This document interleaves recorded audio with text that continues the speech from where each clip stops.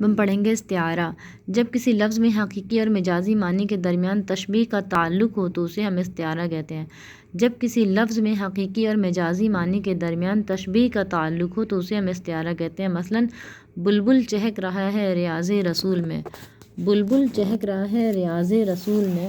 دیکھیں یہاں پر کیا ہے کہ یہاں پر بلبل کی حقیقی اور مجازی معنی میں تشبیہ کا تعلق ہے۔ ابن مریم ہوا کرے کوئی میرے دکھ کی دوا کرے کوئی، ٹھیک ہے، ابن مریم ہوا کرے کوئی میرے دکھ کی دوا کرے کوئی، یہ کس کی مثال دی گئی ہے؟ یہ استعارہ کی مثال دی گئی ہے۔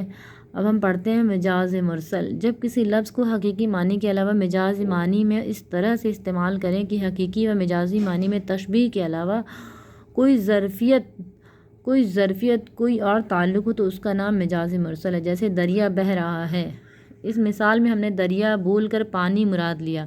ان دونوں میں ظرفیت کا تعلق ہے۔ میری آبرو اب تیرے ہاتھ میں ہے، میری زندگانی تیرے ہاتھ میں ہے۔ تیرے ہاتھ یعنی تیرے قبضے میں ہے، زندگانی تیرے ساتھ ہے یعنی تیرے رحم و کرم پر ہے۔ تو اچھے سے سمجھ میں آ گیا ہوگا مجاز مرسل اور استعارہ بھی آپ لوگوں کو، استعارہ اور مجاز مرسل، ٹھیک ہے۔ اب ہم پڑھ لیتے ہیں کنایہ، ٹھیک ہے،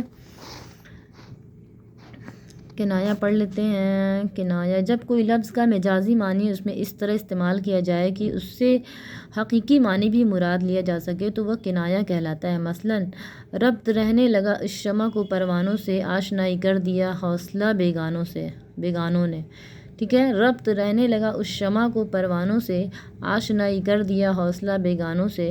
اس مثال میں لفظ شمع بنیادی طور پر مشتمل ہے لیکن اس سے حقیقی معنی بھی مراد لیا جا سکتا ہے۔ سمجھ میں آیا؟